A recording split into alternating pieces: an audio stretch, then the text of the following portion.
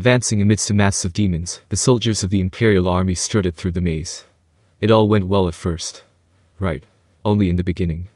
The magical creatures that appear are all necromancers. Just getting used to the stench of rotting flesh, and judging by the strength of the Imperial general's soldiers, those enemies won't let them get into a bitter fight. The first 1,000 people to enter were responsible for establishing the position. After confirming that the men behind follow, the battle will continue. The problem is on the 70th floor. For some reason, the 70 layers were a large, dry, hilly area of grass and trees. The look is hair-raising, a remnant of a battlefield that drifts with the scent of death. A huge gate loomed ahead, about the size of the one on the ground. The gate, made of skeletons, was used to guard the fortress city, which was located in the middle of the moat that protected the town. Why would such a thing be in a labyrinth? The question came to everyone's mind. It's all necromancy. At first day, the door was still closed. Immediately following the time came the next morning. The Imperial army has increased in numbers to over 10,000. They began to attack the gate, which opened soundlessly before them.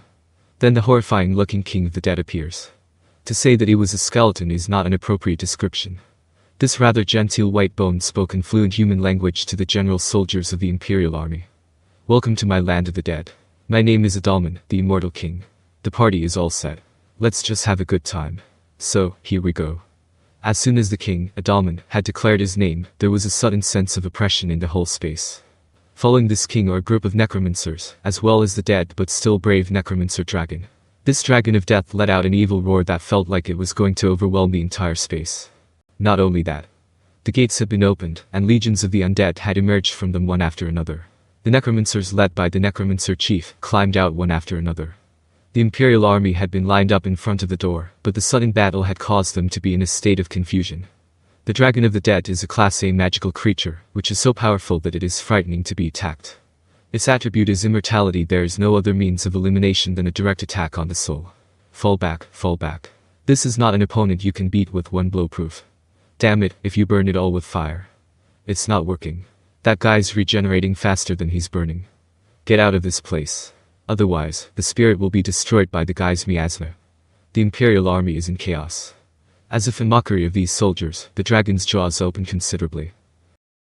That's, The body is corroding.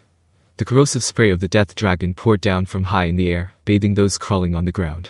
As a result, most of them were unable to resist and ended up losing their lives. That's not all. Certain people suffer from spiritual pollution due to the miasma of the necromancer, and they turn into walkers, obeying the orders of higher-order magical creatures.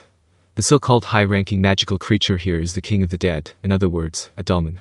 The damage suffered by the Empire directly adds to the war effort for Adalman.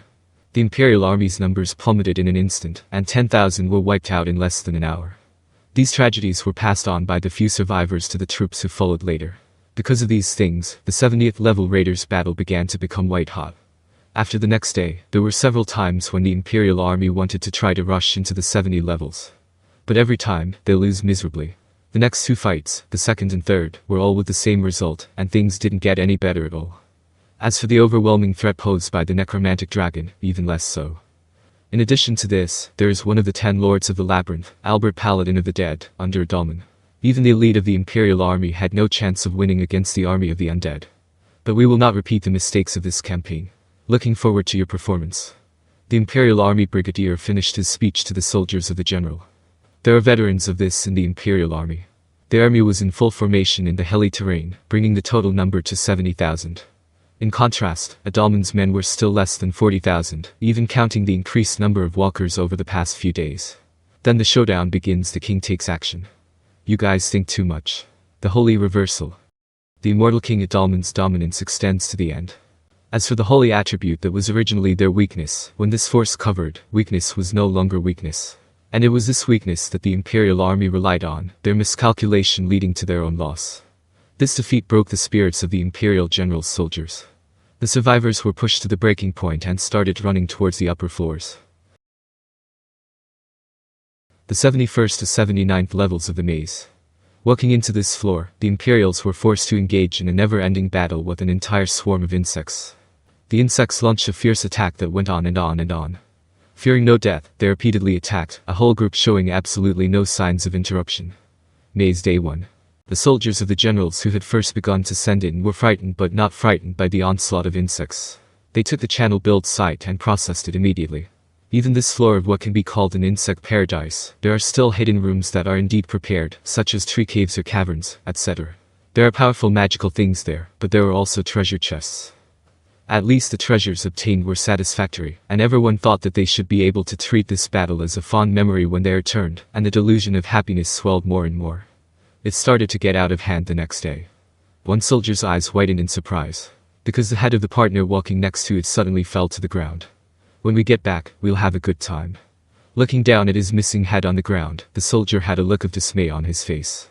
The words that didn't make it came to a halt in mid-sentence, and the mouth just opened. Blood spurted upwards, as if spraying water on the surrounding partners. Hey, hey. There were screams from the soldiers. Still talking to the other party just now, the sudden and tragic death made people momentarily unresponsive. However, the soldier was lucky. It's not too late to keep thinking, he's already been chosen to be the next victim. The head dropped with a clatter. This place is so full of flowers that everyone thought this floor was a safe zone until just now. Ahahaha. The day of waiting was worth it. Because there was a lot of prey gathered around and made a point of running over themselves. Thank you for your hard work. Just die for us and become fodder. Those soldiers heard a clear sound. Beautiful tones resounded throughout the floor. The words came from the queen. It was the wonderful voice of Apido, the bug queen, the domain guardian responsible for guarding this floor. Apido's voice transformed into a wave of chanting power that could be heard throughout the entire floor. This was to communicate the order and deed to her faithful servants. Apido was leading the Legion Bees. Its true identity is a killing group formed by bees about 30 centimeters in length. Just one alone is equivalent to a Class A disaster, and is a formidable magical creature. If more than one is found, the level of danger increases dramatically. Plus, what would happen if there was a queen's rule? The answer is: the number of legionnaire bees that received Apido's orders casually exceeded 1,000. What followed was a one-sided act of torture. If you're too late to react, you will surely end up dead. The Imperial general soldiers gathered on this floor were all killed, and it took less than 10 minutes to go back and forth. 81st and 90th floors of the maze. It can be concluded by now.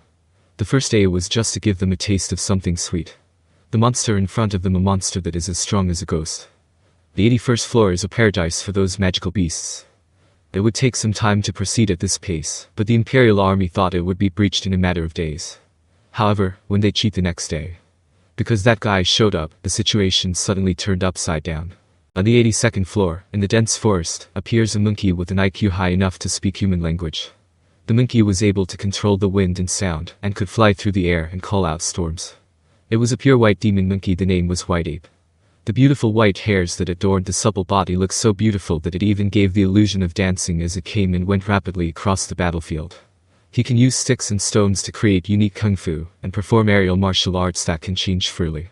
And it also releases vacuum blades in all directions, an extremely dangerous beast. This is the White Ape. The White Ape used monstrous arts, and was even close to destroying the entire Imperial army. After wreaking havoc for an hour, it left like a gust of wind, leaving a comment and saying it will come back. For the next 2 days, the White Apes would repeatedly come over and attack regularly. And the number of survivors is now down to 1,000. How long will I live? Wondered a soldier. How did things get to this point? It doesn't matter how many times you think about it or not. 83rd floor. This is an expanse of open grassland. The weather is clear. The marching soldiers were also glowing.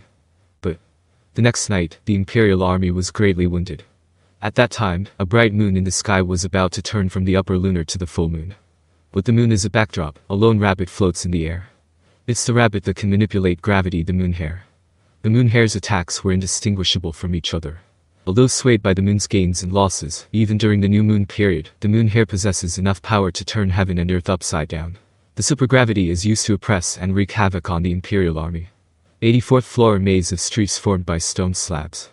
The Imperial soldiers who walked on top of them all blanched. It looks like they are wearing out more than expected.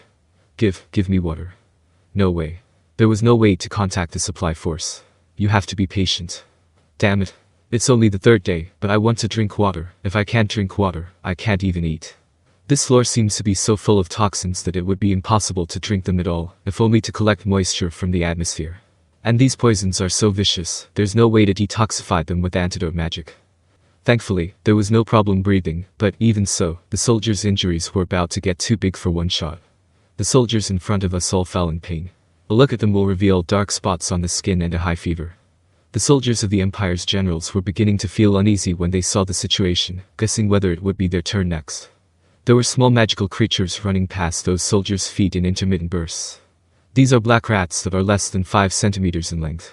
Because they look so overwhelmingly fragile, the Imperial soldiers didn't even take them to heart. It's just that. It was a huge mistake. Those rats are the culprits that make the situation what it is. The dark sick black rat, that's the floor guardian on this floor. They spread the Black Death and are the master of the plague. That's what a black rat is. In this way, death began to spread on this floor. 85th floor. This is a dense forest of deciduous leaves in which the Great Tiger King is walking. While the other floors were able to make a fuss as they please, on this floor it was ruled by the king.